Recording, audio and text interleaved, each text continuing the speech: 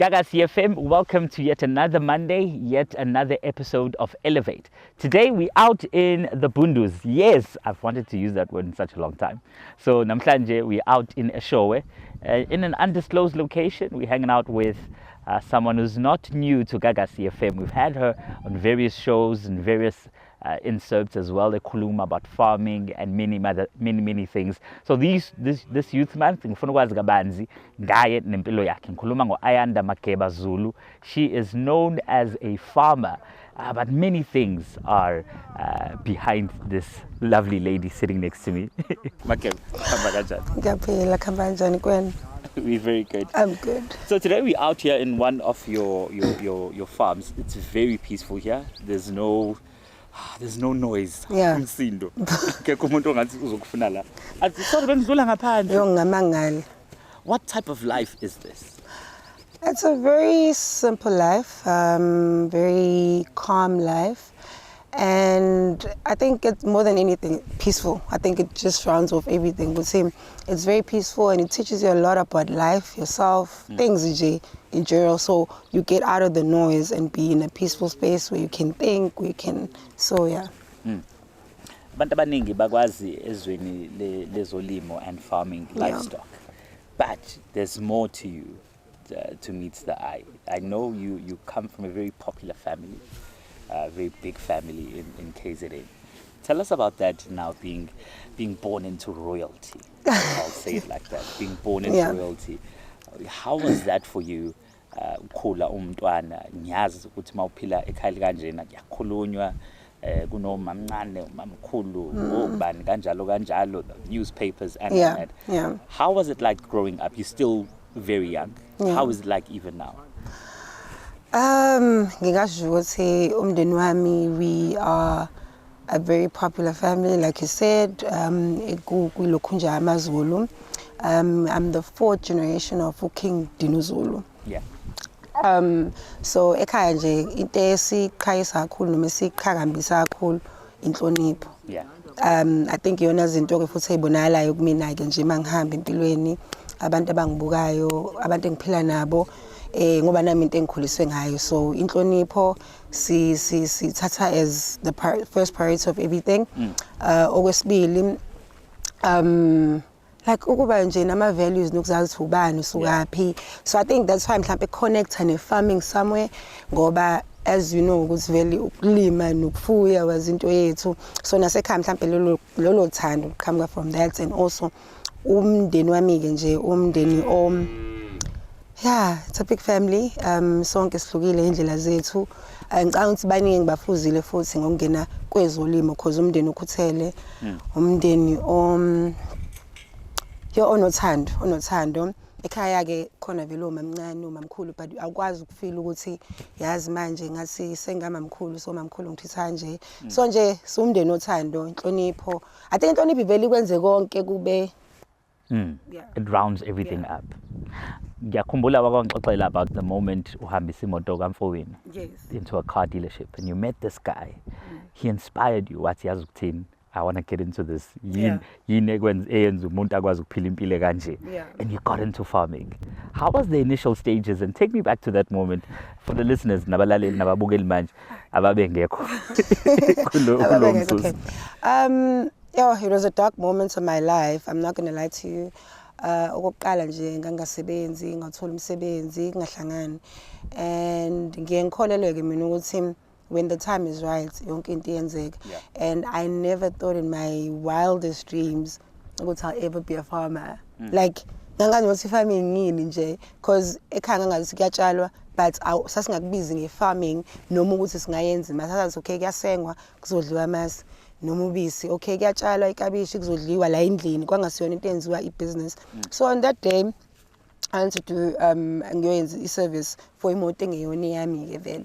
So ngangithunywa ke vele mangasebenzi uyathunywa ekhaya kuthiwa hayibo wayoservice imoto, hamba uyo mhlawumbe kuthiwa hamba uyenza ini edrobheni. So ngalelo langa, thank God for that day, ngalelo langa ngifike lana ngisaservice imoto. So uma usayiservice imoto kubona mabethi sinibeke down noma sinibeke edrobheni, and you like, okay, yeah, because there are things you need to do. So I was like, no, I don't have anywhere to go because obviously ngizolinda le moto iziqede. And then this guy just comes in and buys a car cash, and I'm like, njani.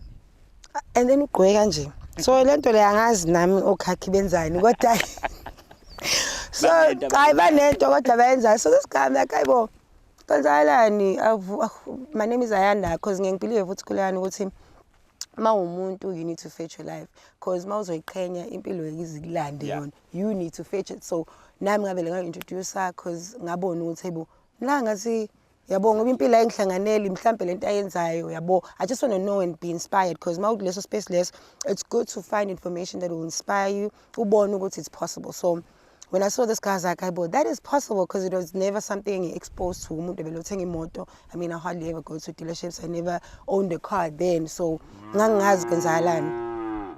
Okay. So this guy I vele say, well, I'm a farmer. Hayibo nami ngimangale farmer. Hayibo kanti ama-farmer zenzani? From that day I went to do my research, ukuthi ukufama kahle kahle kuyini, then how do I make money? Because the most important part engangifocus kuyona ukuthi ngiyenza kanjani imali ke kulento le nami ngizokwazi ukuthenga imoto. But once sengikwi-farming ngabona ukuthi yazini akufuneki ube nale delusion yemali kwi-farming. You need to be patient, you need to have your head straight ekuthenini uzoyakha imali, but it's an investment for a longer term. Yeah. One would imagine ukuthi coming in from royalty, your dad is the late king. Yes. One angacabanga ukuthi hayi if une relation with kings and stuff like that, izinto zifikela kalula. How easy was it, or how hard was it for you? Because sometimes abantu bathi awu ngenxa yokuthi sizokuvalela ke leminyaka. Man, yeah, I think most of the time I don't even say I'm from the royal family. It's not such a big thing for me, because I mean ngilo muntu vele ophansi, so angifuni abantu bezivenza ihaba or kuba ngazuthi I am who I am, because like bengifuna nje ukuthi find my way up, ngizenzela ngendlela yami, separating my surname. Obviously ngibe nalo ngiliphakamisa igama lasekhaya, but indirectly so, because bengafuni kuba ngazuthi no bavele bamnika umhlaba because of and usenenkomo uyasizwa umkhulu wakhe wamshiyela, because that's what I always hear from abantu. Abanye bathi ngifrantile, abanye bathi into zasekhaya, which is okay because kusuke kusaphakama igama lasekhaya. So kuyaba nalawo ama-challenges, but angikuvezi isikhathi esiningi ngoba ngisuke nginqina ukuthi angifuni kube istigma esingilandelayo, because khona umuntu ongathi mhlawumbe u-against umndeni bese agcine sehlanganisa nempilo yami. So angifuni into ezongihlanganisa ibe ingahlangani nami. You ventured into this ulandele umuntu wesilisa, ubone yena wak-inspirisha. Now I don't know how many women who follow you and who are following in your footsteps. Did you intend ukuthi nami I want to be key point kubantu besifazane abafuna ukungena kwi-farming balandele mina babukele mina? Never in my life. Yabona nama ngiyamangala nani maniza in my space, because angazi shuthi uma ulandela ipath yakho right, ezinye izinto ziyak-attracteka nje ungakuplanile ukuthi yazi mina one day I wanna be on Gagasi FM, noma ukuthanda kodwa it's far-fetched for you because kuza abantu abathile. But izinto ey'kanje ubuka ukuthi angenzi into e-aligned ne-radio, but iyakwazi ukuletha i-radio in my space because yabo. So I think nabantu it was an indirect thing ukuthi bengilandele ngoba mina I was just doing my thing, and many women saw ukuthi hayibo it's possible, and that's what nami engikuthathile ngakubeka upon myself ukuthi yazi I need to inspire more women to come into the space, because sengisibonile ukuthi what is it all about, and also ngibukile ukuthi yazi we are actually sleeping on the job. Like honestly, because every day siyadla, every day sidla inyama and women love meat, but why don't we make our own? Like why don't we start our own thing? We don't have to go and buy all the time. So ngase ngiyaqala ke this whole thing of educating, of enlightening, and also just ukuvula imiqondo ekuthenini man asiphaphameni lento le yabo abelungu yini bengasuki kuyona ingoba right. Phela ngosiyama basuka bayindawo yezwa. Noma ningahlala nina nihambe ku Smith Street in Durban and hlale Florida. Nihlale Florida abana stress because bayazi ukuthi babambe la ufish omkhulu ongakhona, which is land. What would you say to abantu abasha? This is, well, I believe every day is a day for young people. June is Youth Month. What would you say to abantu abasha who are shying away still from agriculture? Ababalekayo bathi nje, "We ngeke inzipho zami, iwivi yami, ama-stilettos ami." Yeah. I think into ekhulani because abantu abaningi bathola on social media, so they get to see my socials ukuthi I live both lives. So I show them ukuthi uyayifaka iweave, hambe uye Diamond Walk, uphinde futhi ube seplazini ufaka udaka, uhlole inkomo, usenge, uluse. Ngizama bakhombisa ukuthi once you have a balance, ayikho into ongathi we mina ngeke ngikwazi inzipho zami. Kungcono wenza imali bese enjoy usufaka lezo inzipho. So mina what I say to young people ukuthi I wish we could change our mindsets in terms of indlela esibuka ngayo impilo. We need to, because into iqala la ekhanda. Information is very important, and also before umuntu agxeke into, they must get information. Because umunye umuntu uthi hayi farming ngiyabhora. I am never bored. My life is one of the most entertaining lives, and ngiyengikhombisa on social so they also see ukuthi I make it fun, I make it beautiful. We get to sit here, have a braai, we talk about things, we share stories. Manje nibraya kanjani? Mbambo yedwa la. No, akhishe plazini, asidli stock in, akudliwa kwistock. Akudliwa kwistock. So sihamba siyothenga nje sihlale phansi sikhulumeni. So you get to angazi man uyayithola ukuthi ubani, especially when you're in a space where you are not distracted like eplazini. So there's a narrative now ethi kufanele kubuye umhlaba, kufanele zibuye lezi zinto. What's your take on that part? Now uyawufuna umhlaba. Hayibo ubuye. Uhlala lungabuye wethu. Kufanele kubuye umhlaba. I think futhi kumele ubuyele kubanikazi babo who are rightful owners of the land. And into ebuhlungu intsha eningi njengoba dusho ukuthi inspire intsha eningi. Kodwa khona lento le bridge evalile ekutheni abantu abasha bekwazi ukuthola umhlaba, and it's so sad umuntu athi okay, I've got cattle, I've got this, I want to start planting, sengithengile ukuthi bathi ngisole umhlaba. Do you think we're ready for the land to come back? I think we are. We are, but sidinga ukuthi government angenelele, because ngoba belungu bela uhulumeni wabo angenelele. Awuzange nje bazenzele izinto from the word go, because angifuni qamanga uqala farming kunzima because it requires a lot of money. Like nami nje emaplazini ngisafaka imali then taking. So uyayibuka ukuthi lento le ngoba iqala yimini kokuthiwa qala umkhulu ngabe sengidla imali. So if ngoba iqala yimina manje mina I can live an uncomfortable life, but I know my daughter will have a comfortable life. If they make sure that they maintain it and carry on with it. They have to. I'm trying to train her every day. She loves cars. I'm making sure she understands and falls in love. I mean, she has no choice. I can't leave this to anyone else. To like, okay, like, well, if she doesn't choose the right partner, bangani bami. Asikhona ke lapho sikhona. Nkosi yami sengiyabona we. Awu ngathi ngisaba kanje ngisaba already. Kodwa it's fine. We'll employ. We'll create job opportunities. So there is into ethi kulo nyaka esikubona, or rather esiyakubona. I want to get into another space now and another thing. Sifuyile labafethu. I want to get into another thing now. Kunento ethi esikhuluma nge-exchange about government. Ngoba usukhulumile khona. So vele wangena kona government. Kunento ekhuluma ngokuthi should we change the current government? What should we change about the current government to make sure that izinto esifunayo nesifuna ukuyibona ziyenzeka ziyatholakala ngonyaka ka-2024? I'm not into politics that much, and I don't know much about them, but ngiye ngibuke nje ngoba ngumuntu obukayo yabo enohlakaniphile. So ngiye ngibuke nje ukuthi okokuqala mhlambe if they could change certain policies and laws kungangcono, because amanye ama-laws abambile enza ukuthi as abantu abamnyama sigcine siweleweni. Ababoni noma bayabona but angazi ama-reason ukuthi bengawashintshi. For instance nje yabo government ngiye ngibuke like a curriculum South Africa. Abafundisa lutho about agriculture. Like okay, khona ikolo kuthiwa agricultural school, but kumele kube on the mainstream basic, yes, ukuthi i-subject agriculture. Wow. Ouch of. Man. We. futhi ngithuso wena anginakile nokunaka.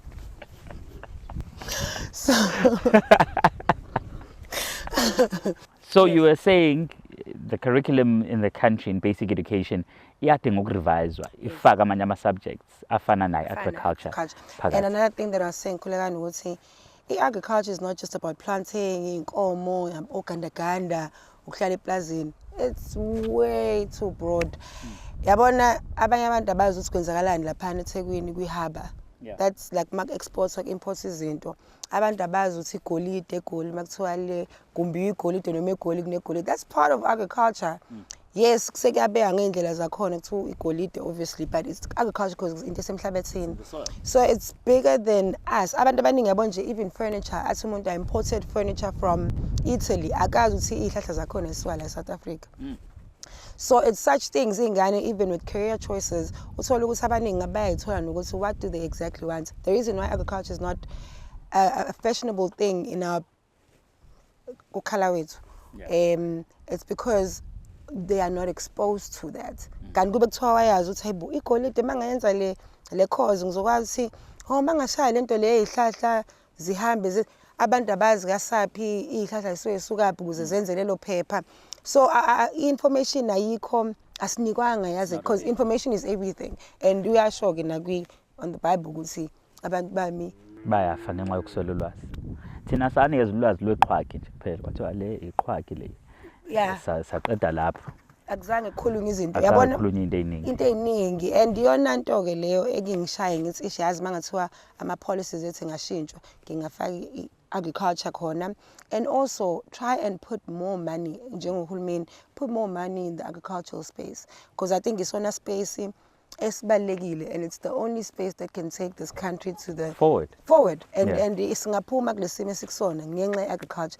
Like for instance buka nutrition, every school isikolo kodwa dingeka ukudla. So uyakubuka ukuthi agriculture is not just ingane bazolapha esikoleni funeka ukudla, so agriculture yangenelela. Everything is agriculture. So what would you, I know you're still young, what would you say le legacy yami ngifuna ukuyishiya, more than for your daughter and for your business, but for abantu abakulandelayo nomphakathi ophila nawo, people in and around your space? You know that this is what I want to leave behind with them. Oh wow. I think I want to leave behind a name for myself. I went to a space that was, I don't know how to put it, ispace okwazi ukuthi sivalelwe noma isabantu abathile, and I penetrated that space and made sure ukuthi futhi I excel in it. So leyo nto le ishiya wonke umuntu ukuthi if she can do it, whatever that person wants to do, naye ngakwenza. And also into engifuna ukuyishiya nje nabo enkulu nje ulwazi. I think into engenza ukuthi ngihlale because I always say I don't need social media. I mean, I just do it because I know it inspires. And if I would, mina ngayicima manje ifoni yami and continued my life because I have a life here, but ngiyabuka ukuthi I need to inspire. So into engifisa nje ukuthi ngishiye nabo abantu engingafisa ukuthi mangihamba bengikhumbule ngayo. As how consistent I am. I think I'm very consistent because I've been like mina ngiqale agriculture 2016. Being focused, angaze ngenze into eceleni, bengazi lento engiyifunayo futhi ngizoyithola. I think the-resilience yami is very strong. Mina ngiyaphokophela bevala umnyango ngiyawukhahlela. So that's just me, like for my strength, like ngifila ngathi kumele bengibeke kule ndawo lezowini man, ngoba yabo into engiyenzayo nami la ngishintsha izwe. Yeah. Ngiyazi ukuthi akhona ama-hardships ney'ngqinamba ey'ningi in farming. There are also a lot of pros as well. Yeah. Would you say the pros outweigh the cons? I think ama-disadvantages maningi. The only nice thing is when you see umsebenzi wakho uphumelela. But every day in farming khona inkinga, every day, because you're living with living beings. Ama-living beings vele iy'nkomo. Yabona manje ngasuka isiyagula, enye siyazala, enye, there's always problems. So you need to prepare your mind to handle the stress. So enye into ke leyo, so ngasho ngithi kumnandi, it's fascinating because you get to learn. Nanokuthi emhlabeni zele vele challenges, and you get to learn more. The more challenges you face, the more you grow. So that's me. Ngicabanga ukuthi kuyangisiza sometimes ukuba nama-disadvantages amaningi. Kuyayikhulisa ne-personality yami ukuthi how do I deal with certain things and ngidila kanjani nazo, yabona. Yeah. Well, that is Ayanda Zulu joining us today on Elevate. And I do hope that this has inspired you as a Muntu Omusha to say, I want to go into farming. Farming, the resilience, the tenacity, the goals, the perseverance. Uyibonele nawe ukuthi ngisho ngabe ngena kwa-accounting, nga-finance, ngiphi nakephi, you can also persevere and succeed in whatever field that you want to get into. You're always doing a lot of seminars and stuff. Sikulandela on social media to be in touch nazo zonke lezo.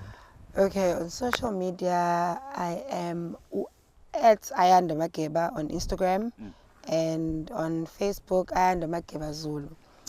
So this year I want to take a seminar because the past 2 years, this is our 3rd year going to seminar. Seminar it's where we teach, like we get to network. Because I think as farmers, as I'm a farmer, so inhloso yami it's not only teaching because abantu abanye sebevele ku-farming, but ukwazana up close, kwazi ukuthi sixoxe, interact. Uma unenkinga, you can call another farmer to help you with a certain thing. Ungaze yabona udunyelwe ekhaya ugcine usugive up kanti omunye umuntu unayo isolution yalokho. So it's a networking seminar or session engiyenzayo. But this year I want to take it to the farm. I'm not sure this one or the other one, but I want people to feel what I do. Like I want them, not even me, or even choose a friend's farm. It doesn't have to be mine. And ngifuna ukuthi beyibone inkomo, sifundisane ukuthi okay, let's say inkomo inani, senze njani, sibuke sikwenze lokho. Mazama ukuthi mhlawumbe si-check i-pregnancy, mhlawumbe siyi-check sikhona sonke, like sifundisane nje ukuthi sicoshele ulwazi nanokwazana kangcono, nanokuthi masingathiwa sibambene as farmers singazama ukuthi yabo kukhona la siyakhona. Yeah. Khona bazokhethuka. Yeah, ungami wethu. Khona bazokhethuka. Yeah. Yeah, I mean it's time we here, and I think obaba bethu baye kakhulu lento. So sekufike yabo ukugcina ke manje. So that's why we like, you know what, maqala ngathi our children will actually enjoy the fruits esithini esiyilwelayo njengamanje. So asikwazi ngolwazi olungaka siye ekoleni gcine nathi sifana nabo baba bethu ingane yami iqale from scratch. So with all the information that I have, it doesn't make sense. Well, that is Ayanda Zulu. She is a farmer amongst many things. So make sure that you follow her on socials, Ayanda Zulu on Facebook, Ayanda Makeba on Instagram, and do interact. Now, wonke umsebenzi wakhe awenzayo. Be inspired, be elevated, also as well to venture into whatever space ufuna ukuventurisha kuyona. Mina le ye-farming bonile inkomo za Ayanda azigcwele ngami, so mhlambe ngizobuye ngiyi-revise ngizobuye ngibone ayigcwele ngami ayikhona khona. But that means they love you so much. Oh yeah, bekumele ufake ukhakhi. Vele bekumele nje wazi ngoba uye eplazini gqoka ukhakhi and then yonke into ube right. Hayi lento yangale. Yeah. Thank you so much. Thank you.